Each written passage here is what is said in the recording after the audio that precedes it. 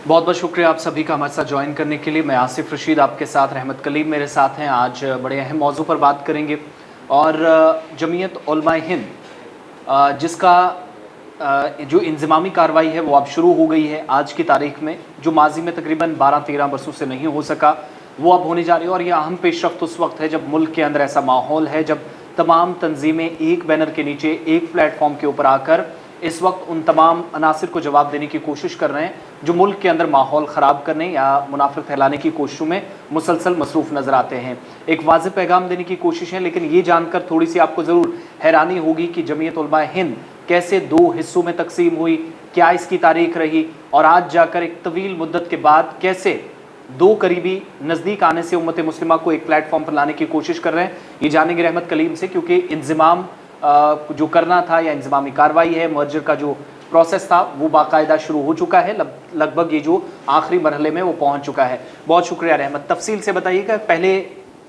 मसला जो मसाइल थे वो शुरुआत कहाँ से हुई थी, कैसे दो हिस्सों में जमीयत बट गई और फिर 13-14 बरसों के बाद दोबारा मर्जर होने जा रहा है। बहुत बहुत शुक्रिया आसिफ। सबसे पहले तो ये जानना हमारे व्यूअर्स के लिए, नाज़रीन के लिए ज़रूरी है कि 1919 में जमीयत उलमाए हिंद की बुनियाद डाली गई थी। मकसद सिर्फ ये था कि जो हिंदुस्तानी मुसलमान हैं उनको एक मुनज़्ज़म आवाज़ देने के लिए एक मजबूत प्लेटफॉर्म तैयार किया जाए। इसका बुनियादी मकसद देखें तो मुसलमानों की आवाज़ बनने के लिए हिंदुस्तान की सबसे बड़ी जमीयत बनाने का, सबसे बड़ी ऑर्गेनाइजेशन बनाने का दावा करके बाज़ाब्ता तौर पर इस जमीयत का क़याम अमल में आया था। ज़ाहिर है इसके पीछे जो मकासद थे वो मकासद ये थे कि मुसलमानों की आवाज़ सरकार तक पहुंचाए, मुसलमानों की फलाह बहबूदी के लिए काम किया जाए, मुसलमानों की भलाई के लिए काम किया जाए, चाहे वो अपने लेवल पर हो, सरकार से मिलकर हो, या फिर जिस तरह से भी हो। जो जायज़ मुतालबात हैं उन मुतालबात को सरकार तक पहुंचाए, और जो आइन के दायरे में रह करके हिंदुस्तानी मुसलमानों को हुकूक हासिल है उन तमाम हुकूक की बाजियाबी के लिए, उन तमाम हुकूक को हासिल करने के लिए कि जो राह में रुकावटें पैदा होती हैं उन रुकावटों को कैसे दूर किया जा सकता है, उन रुकावटों को दूर करने के लिए एक मुनज़्ज़म आवाज़ कैसे बनाई जा सकती है, पैदा की जा सकती है। बाज़ाब्ता तौर पर इन्हीं ब्रॉड प्रोस्पेक्टस यानी बड़े मकासद के तहत 1919 में इस जमीयत उलमाए हिंद का क़याम अमल में आया था। शुरू से लेकर के 1919 से लेकर के आप 2005-7 तक यूँ कहे कि बहुत अच्छे अंदाज में इस तंजीम ने काम किया, इस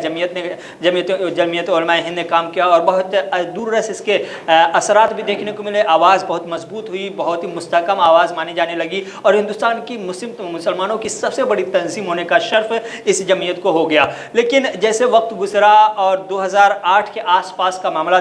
तस्वीर देखते हैं, या 2008 के आसपास की सूरत हाल देखते हैं, तो वहाँ जाकर के इंतज़ामी उमूर में जो लोग ज़िम्मेदारान थे वहाँ पर हम देखते हैं कि दो ग्रुप बाज़ाब्ता तौर पर बन गया। मौलाना अरशद मदनी, मौलाना महमूद मदनी, ये दोनों चाचा भतीजे हैं, और दोनों के दरमियान बाज़ाब्ता तौर पर 2008 में रास्ते दोनों के जुदा हो गए। यानी यहाँ पर आकर के जमीयत उलमाए हिंद तकसीम होती है। तकसीम होने के पीछे की जो वजह है, मौलाना अरशद मदनी का जो तरीक़ाकार था, जो तंजीम को चलाने का तरीका था, जिस अंदाज में वो तंजीम को आगे लेके जा रहे थे, या जो कार्रवाई हो रही थी, और उस कार्रवाई से, उस तरीके से मौलाना महमूद मदनी के खेमे के जो अरकान थे, जो मेम्बरान थे, जो उलमा थे, वो उन्हें पसंद नहीं कर रहे थे, उनसे नाराज़गी सख्त थी। और ये एक दो बार नहीं, कई बार बाज़ाब्ता तौर पर नाराज़गी जताई गई। कुछ फैसले ऐसे हुए जिसपे मौलाना महमूद मदनी का खेमा, चूँकि यह जब दो बड़े उलमाए किराम थे एक ही तंजीम में, तो दोनों के चाहने वालों की अच्छी खासी तादाद थी, और दोनों का अपना अपना ब्रिगेड था, ग्रुप था। यानी कि उलमाए किराम जो दो ग्रुप में थे,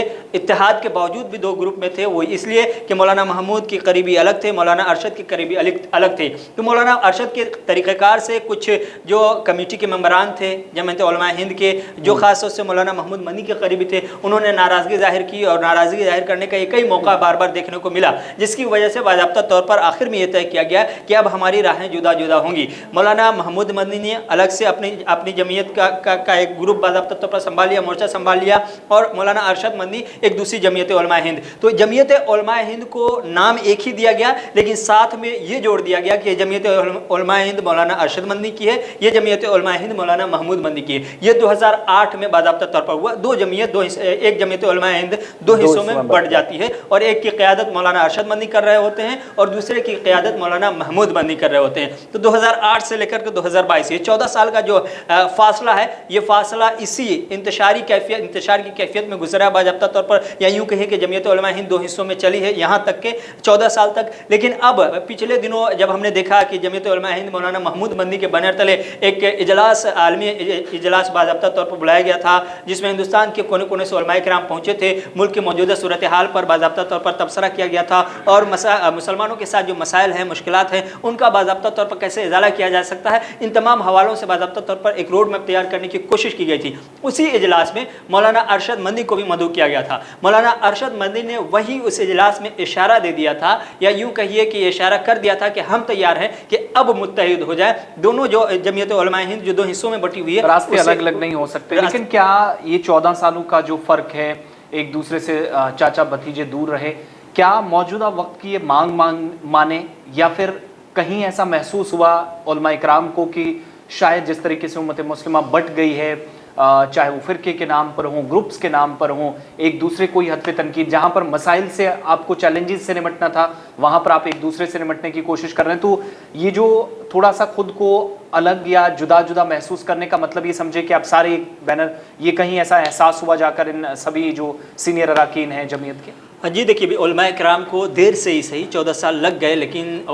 ऐन वक्त पर यह एहसास हुआ कि हमारी आवाज़ मजबूत आवाज़ नहीं है। हम जब तक के मुत्तहिद नहीं होते, यूनाइट नहीं होते, तब तक के हमारी आवाज़ सरकार पर कोई असर नहीं डाल सकती, इंतज़ामिया में कोई बड़े फैसले के लिए मजबूर नहीं कर सकती। ये इंतशार की कैफियत ही थी कि 14 सालों के अंदर जो मुसलमानों की खासों से बेबसी की सूरत हाल बनी है, और आज जिस पुरफतन दौर में है, जिस तरह से मुसलमानों के साथ तरह तरह के मसाइल पेश आ रहे हैं, जिस तरह से मीडिया ट्रायल चलता है, जिस तरह से ज़दोकोब किया जाता है, और हर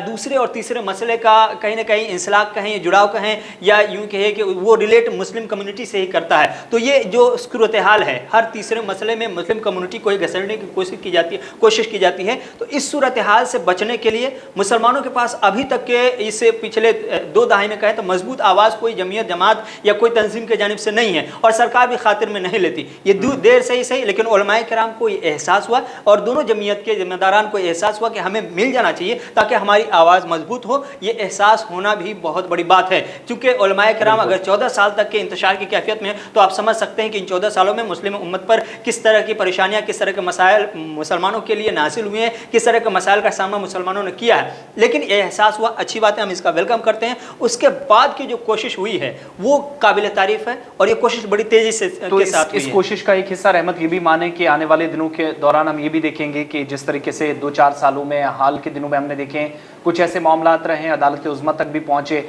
all India Muslim personal law board से लेकर मुस्लिम तंजीमों तक, जिनका लेना देना इन केसेस के साथ बराह रास्त या बिलवास्ता था, लेकिन कोई बड़ी तब्दीली हमने रोनमा होते हुए नहीं देखी। एक उन चीज़ पर, उन मसाइल पर क्या डिस्कस होते देखेंगे। दूसरा, विद इन द कम्युनिटी जो मसाइल हैं, तालीम को लेकर हों, तरबियत को लेकर हों, मॉडर्न एजुकेशन को लेकर हों, जिस पर काफ़ी इन दिनों तकरार या बहस मुबाहिसा होता है, वो सारे चीज़ें एक प्लेटफॉर्म पर डिस्कस होने जा रही हैं, आसान लफ्ज़ों में अगर समझें। जी देखिए, पिछले दिनों जिस इजलास का हम जिक्र कर रहे थे, जिसमें मौलाना महमूद मदनी सदारत जिसकी कर रहे थे, उस इजलास के दौरान बाज़ाब्ता तौर पर एक रोड मैप तय किया गया,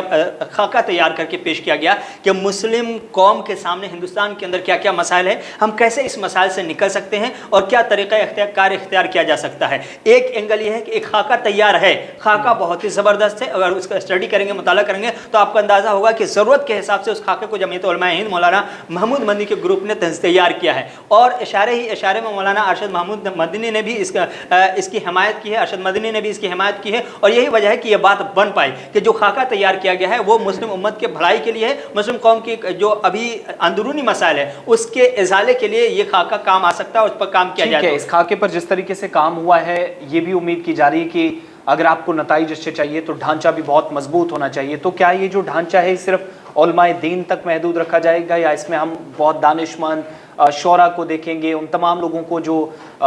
इंटेलेक्चुअल्स हैं, बिलखुसूस मुसलमान हैं, क्या उन लोगों को भी शामिल किया जा सकता है? ऐसे इम्कानात हैं? जी बिल्कुल है। जमीयत उलमा हिंद में अभी भी अगर देखें दोनों ग्रुप में, तो सिर्फ उलमाए किराम नहीं है, बल्कि वहाँ भी इंटेलेक्चुअल हैं, वकला हैं, प्रोफेसरान हैं, और बड़ी बड़ी अजीम शख्सियात हैं। तो ये सिलसिला आगे चलता रहेगा। लेकिन एक मसला ये है, हालांकि उस मसले को आसान कर दिया मौलाना महमूद मदनी ने उसी इजलास में ये कहते हुए कि हमें कुर्सी की लालच नहीं है, हम कुर्सी के साथ चिमट के बैठना नहीं चाहते, हमें आज रहें, आज रखने के लिए कहें, आज रखे हुए हैं, हम आज हैं, कल कहेंगे हटने के लिए हम हट जाएंगे। तो मौलाना महमूद मदनी और अरशद मदनी जब मुत्तहिद होंगे तो इस जमीयत उलमा हिंद की लीडरशिप लीडरशिप किसके हाथ में आएगी, क़यादत कौन करेंगे, ये क़यादत का एक मसला है जहाँ पर पेच फंस सकता है। हालांकि मौलाना महमूद मदनी ने पहले ही इशारा कर दिया कि बुजुर्ग हैं, चचा हैं,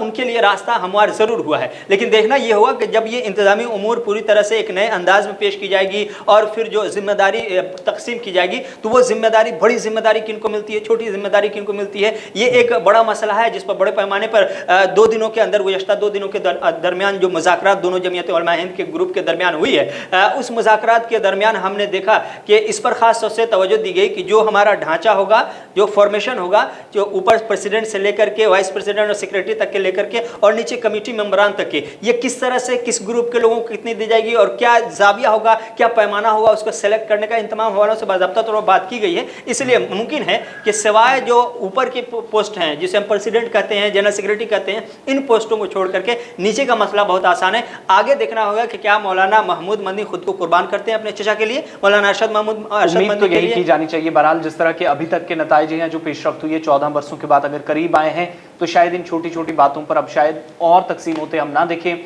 ना होना भी चाहिए। जब आप ढांचे को मजबूत करने की कोशिश कर रहे हैं, होप सो चीज़ें बहुत हद तक तब्दील हों। बहरहाल आप सबका बहुत बहुत शुक्रिया हमारे साथ रहने के लिए, हमें बर्दाश्त करने के लिए। और ये जो एक तवील मुद्दत के बाद पेशरफ्त हुई है, अल्लाह करे कि एक मुस्बत पैगाम लेकर आए उम्मत के लिए, उन तमाम लोगों के लिए जो इस वक्त चाहे मुल्क के अंदर हों, मुल्क के बाहर हों, खुद को अलग या पिछड़ा हुआ महसूस करते हैं। इन छोटे छोटे इक़दामात से एक बड़ी तब्दीली की तरफ हम जाएं, इस उम्मीद के साथ आप सबको हम छोड़ कर जाते हैं, लेकिन अपनी खास दुआओं का हिस्सा हम सबको ज़रूर बनाएं।